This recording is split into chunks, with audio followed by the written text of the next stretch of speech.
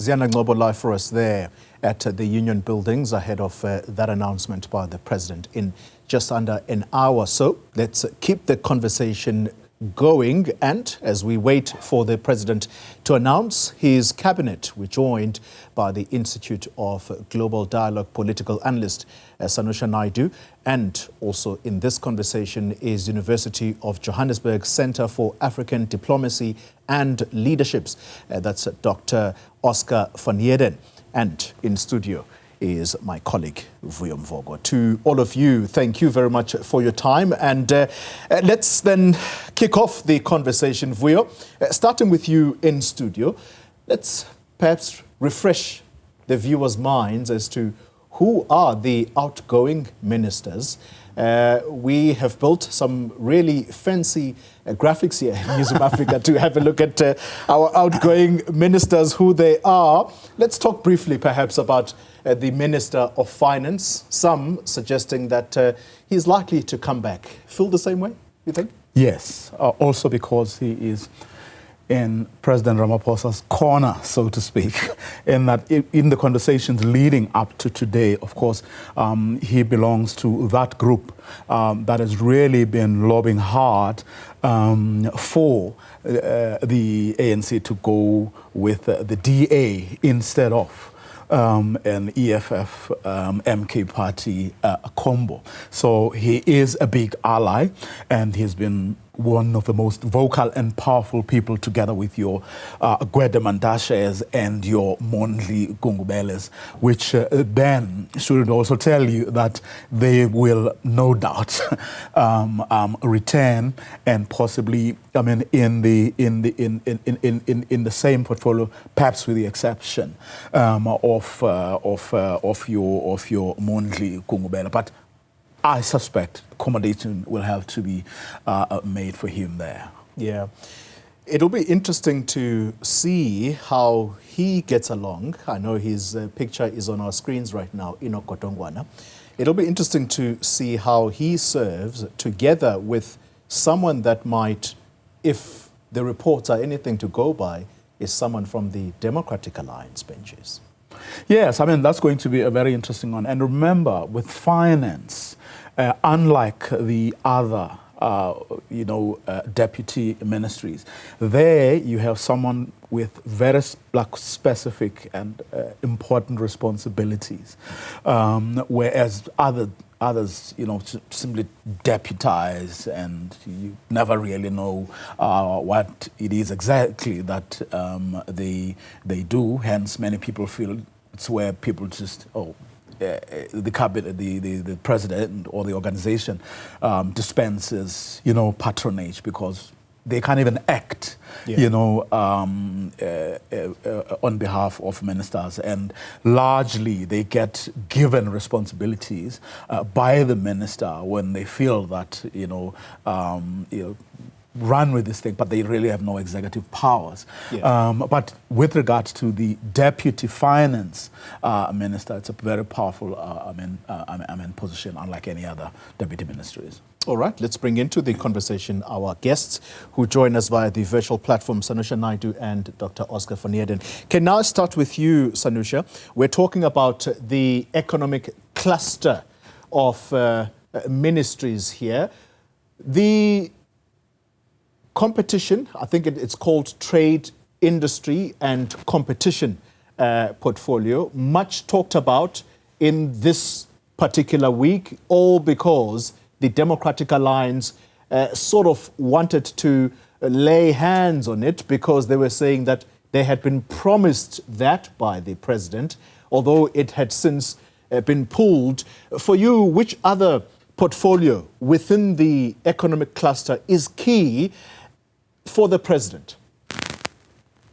Good evening, Coley. Good evening to Vuyo and to Oscar and the viewers. I think the small business development ministry, it's key. We see that, according to some of the reports, that it's a possible deputy minister from the DA, but I think it's a very important portfolio in terms of how it gets down to the really grassroots of the economy, ensuring that small business development has the traction, has the continuity. Right now, we know that we are in over 120 days of no load shedding. Tomorrow we'll see, I think, the first the national transmission company start its operations in terms of this whole transmission grid, and the national company that's linked to that for the state in terms of the way in which ESCOM has been unbundled in terms of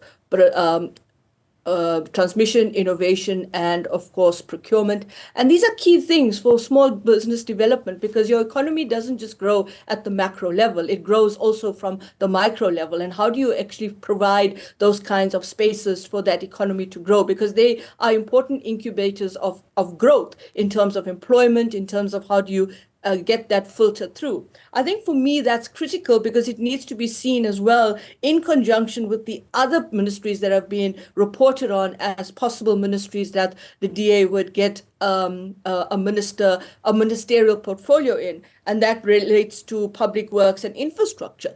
And of course, if we go back to some of the leaked letters last week, it was interesting to have noted that the infrastructure was really around the question of where does the lines of operationalization of that infrastructure build happen. And of course, one of the key things that were interesting, I think, in the letter that was leaked on last Monday was the question of infrastructure and the decision-making process to go back to the ministry where it needs to reside, and not necessarily only in the presidency. That also is important in terms of that. And of course, the last one is the energy and electricity. If that is to go to a DA deputy minister, that again, I think is a new ministry. So you got to see all of this as interlocking in terms of the economic cluster, and of course the kind of operationalizing it from the kind of implementation of your key institutions, but also what's happening in terms of Operation Velendela and so forth. Yeah. Oscar, let's come to you then. Sanusha has already made reference to the energy ministry. Are we going to see a decoupling of mineral resources and energy, which is what Gwede Mantashe was heading? And I'm asking you this because I see that energy and electricity appears to be something that could be in the offing. Explain to us first the rationale behind decoupling mineral resources and energy. Yeah, thanks, Polly. I think that's very much something that will happen. The decoupling, you would recall the difficulty that was there when President Ramaphosa established the electricity ministry. There was power struggles happening between energy and electricity. So I do think this is a moment where, you know, the fact of the matter is, this moment with having to go into broad coalition government has afforded the president to reevaluate cabinet. In as much as there was a period where we amalgamated certain ministries to try and reduce the number of ministers within cabinet, now there is a possibility of reevaluating, and I do think, to your point, I do think that energy is going to be taken away and actually given to electricity. It just makes for sensible governance, where that minister is able to have complete control over the portfolio. We also know, for example, if rumors are to be believed, Polly, that land has been removed from agriculture and fisheries and forestry and so forth. So again, there does seem the possibility of a slight increase in the ministerial positions of cabinet to try and accommodate this government of national unity. All right, so you make the point that we are likely to see an expanded cabinet here. Whilst we are on the subject of decoupling these departments, Oscar, I see that what used to be, or what we have known to be, the Agriculture and Land Reform Department, that is now likely to be decoupled, and the talk right now is that agriculture is going to be the element that is given to the DA, and land reform might find itself somewhere else. The rationale behind that? Well, the truth of the matter is that this is one of the key policy incongruence between the DA and the ANC. As you know, the ANC has adopted a policy that talks about, it at first supported willing buyer, willing seller. That didn't work. It then adopted a policy option of land expropriation without compensation, but of course with a few caveats and so on. This is the indirect opposition to the Democratic Alliance, which is still very much promoting private property rights and is not in favor of land expropriation without compensation. And so it would have been a bit of a difficulty for the ANC to actually give that particular mandate to the DA, knowing very well that it was not going to be supportive of the policies of land expropriation without compensation. And I think that's why it was important to decouple that. Also, I should also mention, Polly, that already there is a dissidence and a dissident view that the ANC should never have entered into a grand coalition with the DA as the main party because of these policy uncertainties. And if anything, there's a number of them, national health insurance and a few others, but land certainly is up there at the very top. Sure. All right. Whilst we talking about the portfolios, Vuyo, let's come back to studio. I want to move quickly because I want to address these in clusters. If we go into the security cluster, for you, what would be the most important portfolio? Police, perhaps? I think the criminal justice system, as a whole, works, hand in glove. I predict that Ronald Lamola will return to that portfolio for continuity, but also because there is generally, certainly among ANC people, that he's been efficient and he's tried his best, but also because he's a level-headed guy, but also young. That generational mix. Yeah. So that combination, works well, and you don't want to really mess with the with what seems, to be working. Police, which I suspect would still go to the ANC, but whether it'll be Bheki Cele, given his sending is a different matter altogether. But there is a sense, certainly among NEC members, that the president, who, by the way, didn't really consult with the NEC about who he was going to appoint, he has apparently used his prerogative.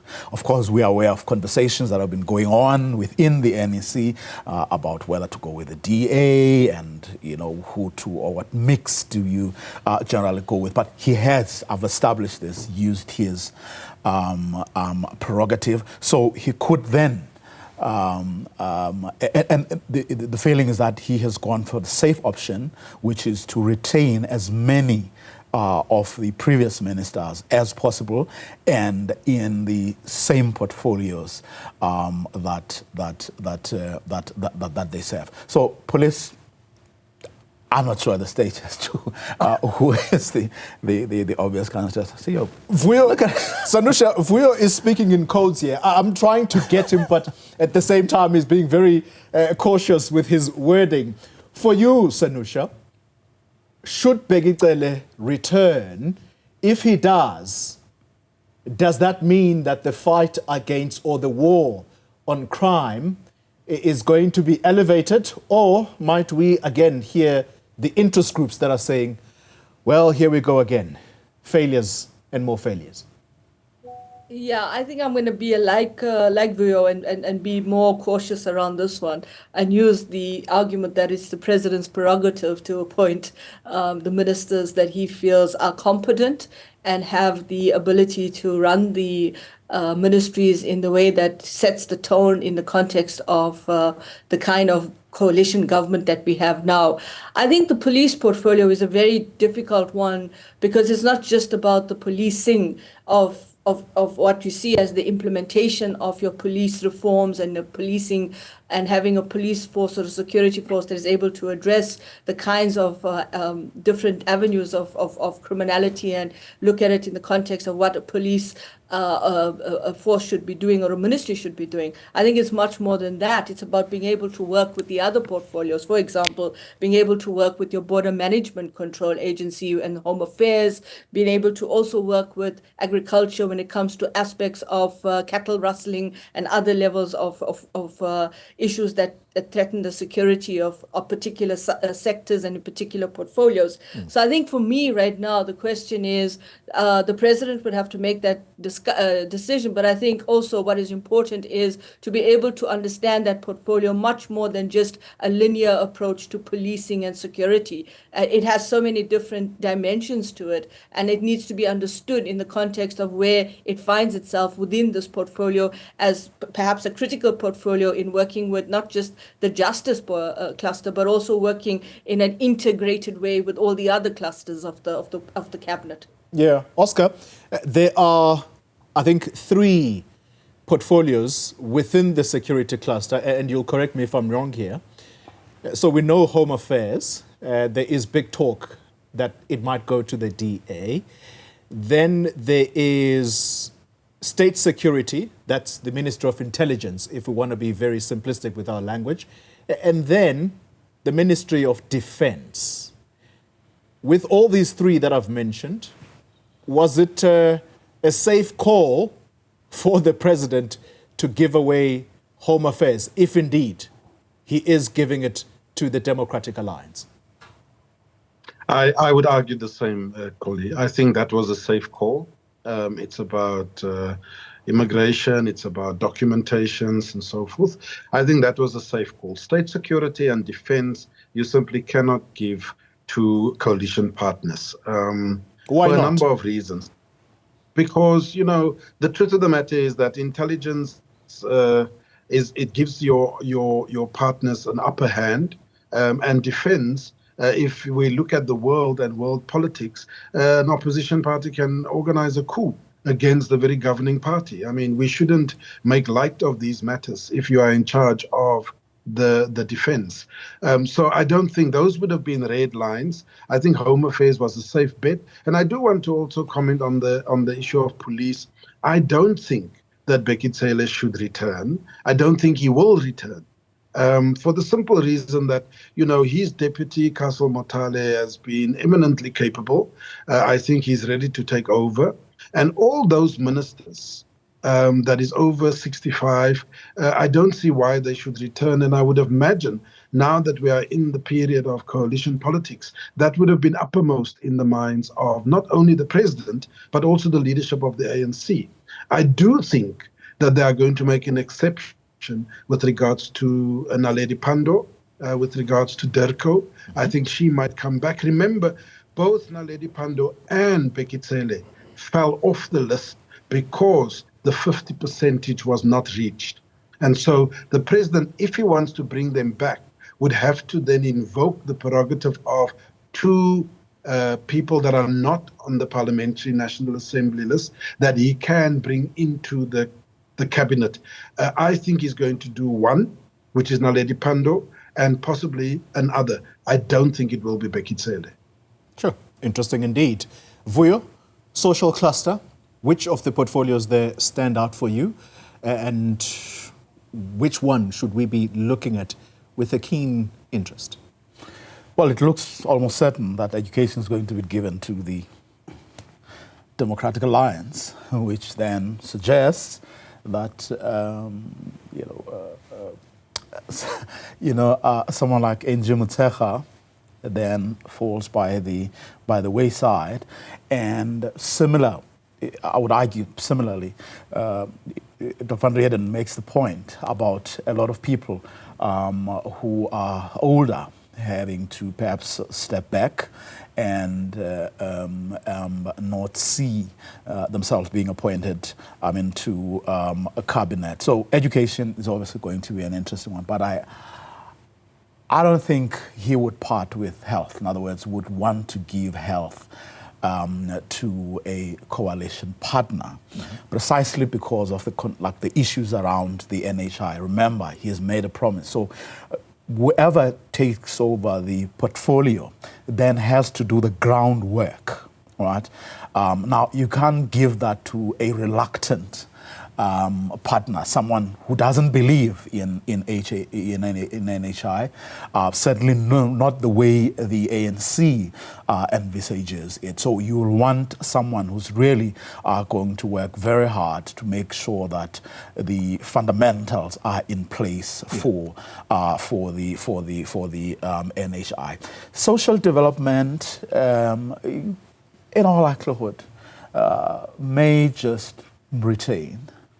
For reasons? Lindi Zulu, one for continuity, representativity, but also she's been, in fact, one of the most vocal people within the NEC, I understand, in the run-up to what will be announced today. So she's a powerful player, and I mean, she wasn't sort of messed up in a way that, you know, other people are being accused of. Of course, you also have human settlements, water and sanitation as well. Again, representativity comes to the fore, and someone like Mkhunu, in all probability, we may want to retain, also because he's been making all the right noises, even though you may argue that we haven't really seen, you know, the results of the things that he's been talking about. But he seems to be on the ball. He seems to be that guy who is working. But of course, results we're yet to see. All right. I mean, you know the challenges around our water situation. Indeed. That we don't even have to belabor that point. Already right now, we're sitting with some pockets of the country that are without water, partly because of maintenance. All right, Sanusha Naidu, I want to come to you and talk about public works and infrastructure. Interestingly, that is being punted to go to the Democratic Alliance. It has been a difficult department in terms of policing corruption. Was that a strategic move, if indeed it is being given away?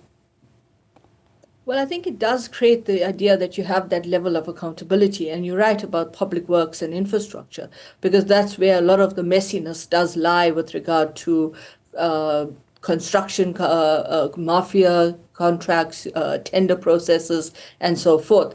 And so to give the DA that position is accurate or still very, very speculative would actually be an important point to raise in terms of how the DA may turn it around. But I think it's much more than that as well. It's about dealing with a bigger set of issues when it comes to the provinces and how the provinces are dealing with their public works and their issues of infrastructure. And that tends to get much more messy and much more complex when you look at it in the context of the implementation or the procurement and the implementation of contracts. I mean, just in the Western Cape, you have a lot of very, very messy and very, very destructive and at times fatal issues that underpin the awarding of contracts with construction mafia groups operating within those spaces. And of course, that becomes critical in the context of how having a portfolio like that, and if it's under if the DA is given that portfolio, how they would work with police, with the security cluster, because you have to find that common ground. I think I want to circle back as well to the idea that in the infrastructure side, it is about getting the kind of infrastructure reform bill getting forward, particularly when you think about the meetings that happened this week at Treasury around Operation Velendela, because that in itself tells you that there's a lot that needs to go on in terms of making that operational build of economic growth and the trajectory of fiscal stability and moving the economy forward critical. But then you have these kinds of bottlenecks and these kinds of wedges in the system that kind of create cogs. And how do you deal with those kinds of cogs when you actually have to deal with people who may have certain dynamics of how procurement needs to be looked at? How do you deal with that if there are certain elements there that are based on irregularities? You're going to go back to your PMFA and look at the process of procurement. All this is about the accountability. And then the final point, I think, is just looking at some of the other portfolios that have come through, and in terms of education we spoke about, and looking at the fact that there's a cluster there that cuts across both in terms of social, but also in terms of the delivery of social development spaces. And I think that's going to be important as well, because we've got fisheries, we've got environment. I mean, these are key things that you'll have to start thinking about much more critically because of what's going on in terms of the global dynamics and what we are seeing from global reports around the fact that we are not reaching the global community are not reaching that 3.5 degree Celsius in terms of trying to reduce the level of carbon emissions. But more importantly, South Africa is going to be part of, or rather is part of, these global frameworks. And one of the big things that are coming that South Africa will be hosting in November is taking on the chair of the G20. So it works with the Ministry of Finance, it works with the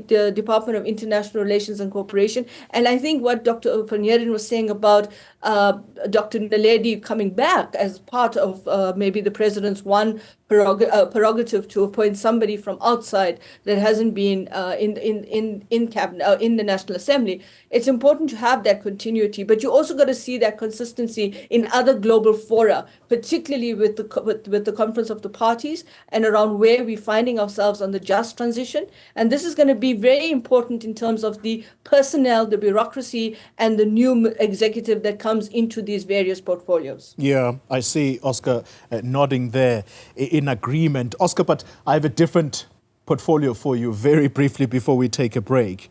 Public service and administration. She mentions the word bureaucracy. Would the president be hard-pressed to give that away? If your answer is yes, why? Why does he want to keep it? No, actually, my answer is not yes. My answer is,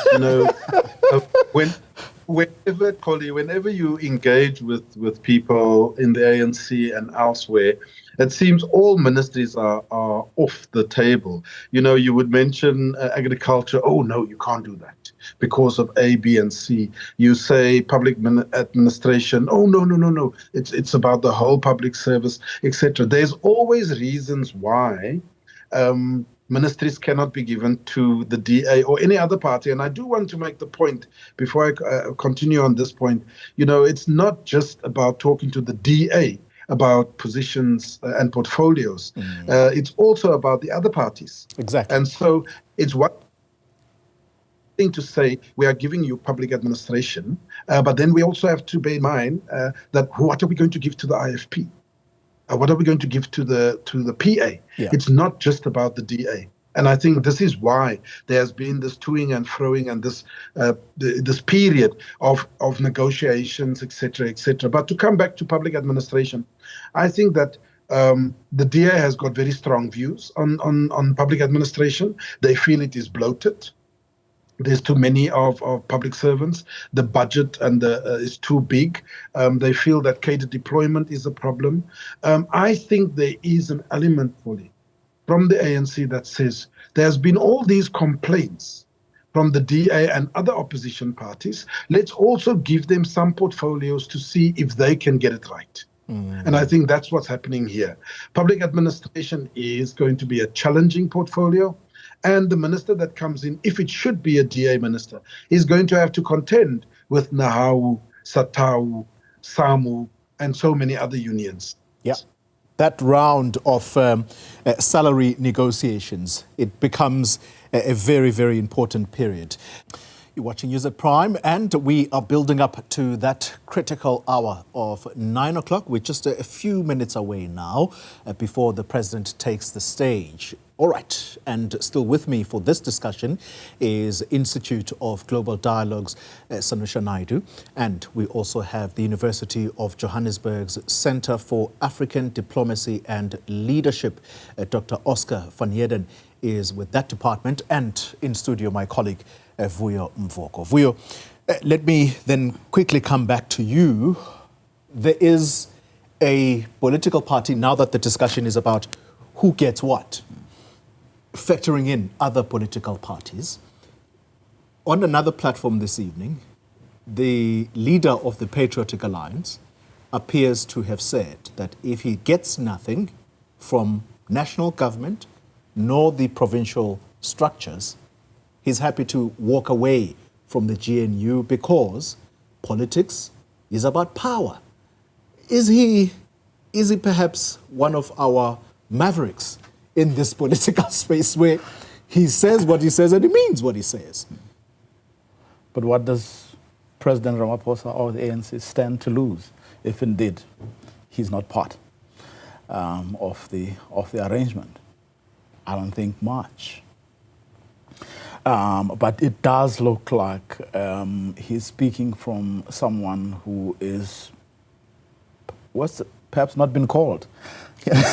Because by this time people would have gotten those phone calls. Yes. I mean, that has happened. So if at this late hour he's uncertain about where or whether they've been accommodated, it suggests one thing, that he hasn't been called. But I don't know what. You see, the difficulty here is sort of understanding the criteria that the president would use to accommodate other political parties, in other words, outside of the original, which is the Democratic Alliance and the IFP. What criteria will he use to say, I'm taking good and not the UDM?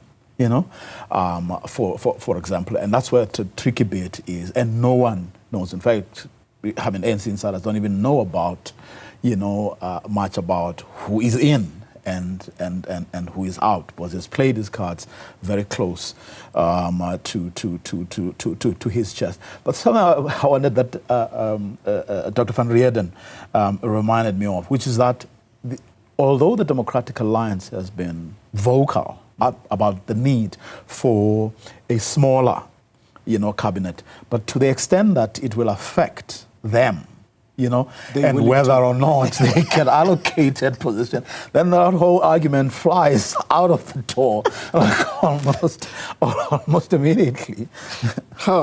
Sanusha Naidu, I don't know whether you want to weigh in on the Patriotic Alliance and what appears to be its latest stance, but I'd like for you as well to talk about the IFP. I think there is a party leader who, either it's a phone call from me or other colleagues, it's one line, it's the same line, that it's the president's prerogative to choose his cabinet, and we are not here to scramble for positions. I promise you this has been his line even at the time that I called him as a journalist.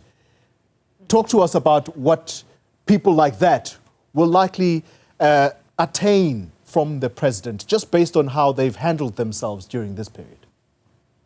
Well, I think, Coley, one of the interesting things about the IFP ANC-DA is looking at the configuration of the provincial legislature within KwaZulu-Natal. I mean, they came together and formed that provincial legislature based on what we, I think, have seen the first remnants of this kind of coalition between the ANC-DA and IFP. And I think that in itself tells you that they've got a particular traction with the IFP getting the premier position for the province. They brought in the DA in, I think it was public works as well as provincial treasury. And then, of course, the ANC in the other portfolios within the provincial structure. So I think when you're looking at the IFP and you're looking at the way they even, in their press briefing on Friday, talking about that we are here to get to the greater good of getting the country moving forward in terms of cabinet and making sure that we go towards governing this country. I think it's interesting to have actually had that kind of experience coming out of the KZN structure and looking at the fact that KZN seems to, it's not perfect. They will have their own internal dynamics, and of course, it will be a constant work in progress. But I think in the case of when you look at Gauteng and you look at where the Gauteng provincial legislature is, where they need to basically start forming that kind of government going forward, there are two very interesting dynamics at play there in how they actually juxtapose each other. I think for the IFP within the context of the government of national unity at the broader level of governing at the national level, I think is going to be interesting in terms of, you phone me up and I'll say, if you call me and you say, I'm offering a post to one of your members for this portfolio, I think it'll be one that they will take as part of what they see as their duty in the context, but also for what they see as going forward in making sure that we move forward on this whole GNU. I think when it comes to the Patriotic Alliance, it's a bit of a tricky one. I think they on the one hand, they see it as something that they want to be part of, and it's about, as was emphasized in the interview this evening, it's about unity, and we need to make sure that we keep that unity coherent. We don't collapse it, but at the same time, I think there's also a question of how do you reconcile what you say as unity and what you feel as power, and so there's a bit of a disconnect at times. But I think perhaps let's wait and see what the president says.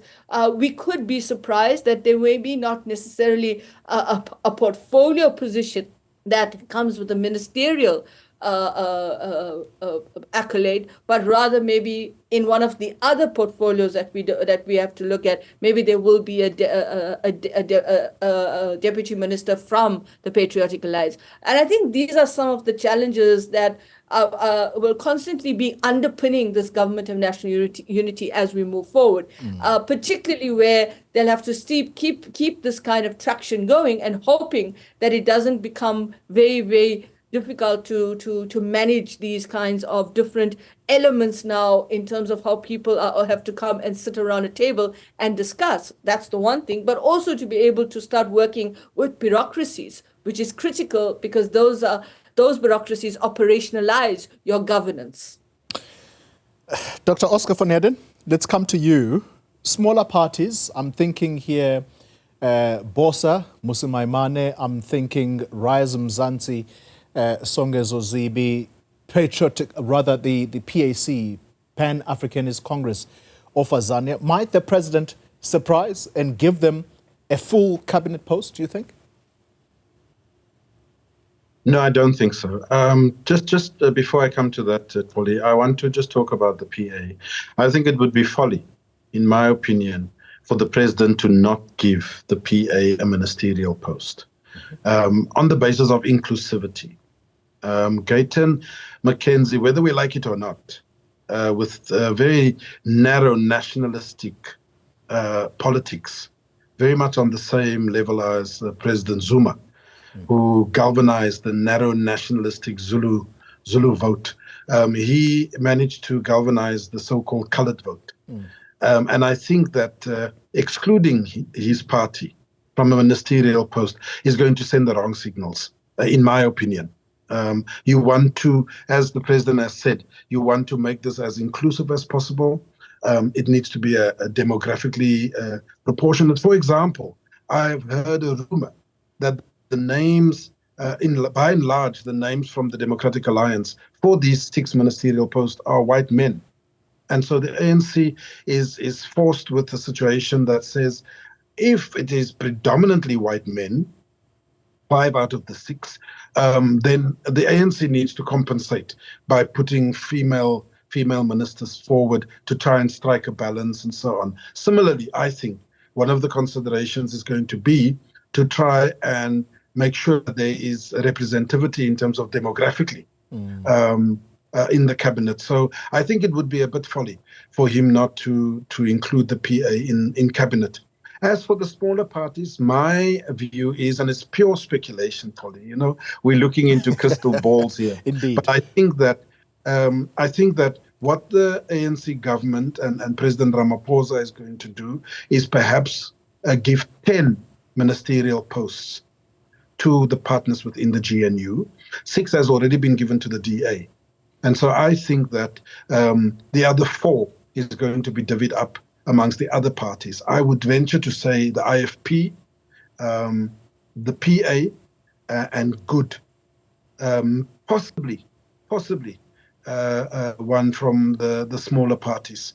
That would be the 10, and equally, it would be 10 deputy ministers. 6 already, as you know, given to the DA. There'll be another 4. And I think those 4 deputy minister posts is going to be people like Rais Mzansi, Al Jamar, and so on and so forth, to try and bring them as part of the GNU. You're watching News at Prime, and if you're just joining us, you find us at the tail end of a very beautiful conversation about what we can possibly anticipate from the president. With me for this leg of the discussion, we are still joined by University of Johannesburg Centre for African Diplomacy and Leadership, Dr. Oscar van Heerden, and in studio is my colleague Vuyo Mvoko. Vuyo, outside of cabinet, I know this is not the space of the president, but might these discussions about where the GNU partners, let's say, for example, the smaller parties, if they don't find expression in the executive arm of government, then they might go to the legislature. Let's not forget that that is also a very important sphere of government. Is that a consideration, you think? Indeed, it is. I think there's an understanding among the partners that not everyone will be accommodated in the executive, but you could look at chairperson of SCOPA and several other committees in the legislature. Yes, it's not what the president will have to deal with, but he takes that. He would have taken that into consideration. Remember, boss, there's also others. I mean, there's new, younger MPs. The ANC this time around has a record high number of younger people going to Parliament. So you have to recognize that as well. And that's where, in all likelihood, you're going to have a few deputies coming from, the sort of lower age bracket. I'm thinking here of your Zugogwe Limpis, for example, right. Were likely deputy ministers, because the president has to be alive to that fact as well. And I think in the conversations that have been going on within the NEC, that point was also made. So yes, I mean the other coalition, the other partners who will not have been accommodated in the executive or as deputy ministers will in all likelihood be given things in the legislature, and that you're talking about chairs of committees. Dr. van Heerden, this is what I've always found interesting, therefore, that Parliament is where the executive accounts. That's where they go and answer for why they didn't spend if a department was not able to spend money. And therefore, in my head, for you to be accountable or to be held to account, it's the opposition member sitting in the opposition benches in Parliament that ought to occupy chairperson, portfolio, home affairs, whatever you make of it. Why is it that the ANC has always occupied those chairpersonship positions? Because those are ANC members who are expected to hold to account executive members of government who are ANC. Has that made sense to you? Remember, Polly, it's all about having the majority.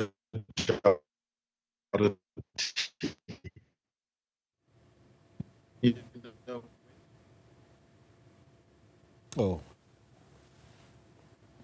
Dr. van Heerden, can you still hear us? Yes, I can. Okay, please just... yes, now we can hear you. Please just start over again. You were breaking up terribly there. Oh, I apologize. I'm saying that, for years, the ANC have enjoyed a majority mandate, 57%, 62, 67%, and so forth. And because they want to make sure that governance is going to be easy in terms of the legislative arm and so forth, they occupied those chairpersons' positions. Now, of course, we are in the new normal. It's about coalition politics. It's about partnerships. And you are right. It is very much part of the equation for the president to have considered. If I don't give a particular party a position in cabinet, then I ought to consider to give the portfolio chair to that party. And I think there would have been that liaison between the president and the speaker of the National Assembly, and of course with the leadership of the governing party. So I do think it is very much part of the equation. And you're right. Initially, if you recall, Colin, there was talk that the DA would want to be in charge of the legislative arm and actually occupy the position of speaker and most of the portfolio committees in Parliament. We've now come to appreciate that that's not what they are only interested in. They actually wanted to be part of cabinet, and that's why we have this new configuration. Interesting indeed. Dr. van Heerden, I'm going to stop the conversation there, and it is all part of the effort to allow my next colleague, Thabo Mdluli. I'm saying goodbye at this stage, so thank you very much, Dr. van Heerden, for your contributions tonight. Vuyamvogo, unfortunately for you, my friend, you remain. I have to stay on. All right, well, please stay with Newsroom 405. Thabo Mdluli will join Vuyamvogo in a moment as we build up to President Cyril Ramaphosa ultimately taking to the podium to announce his executive tonight. Stay with us, and Thabo Mdluli up next with In Focus.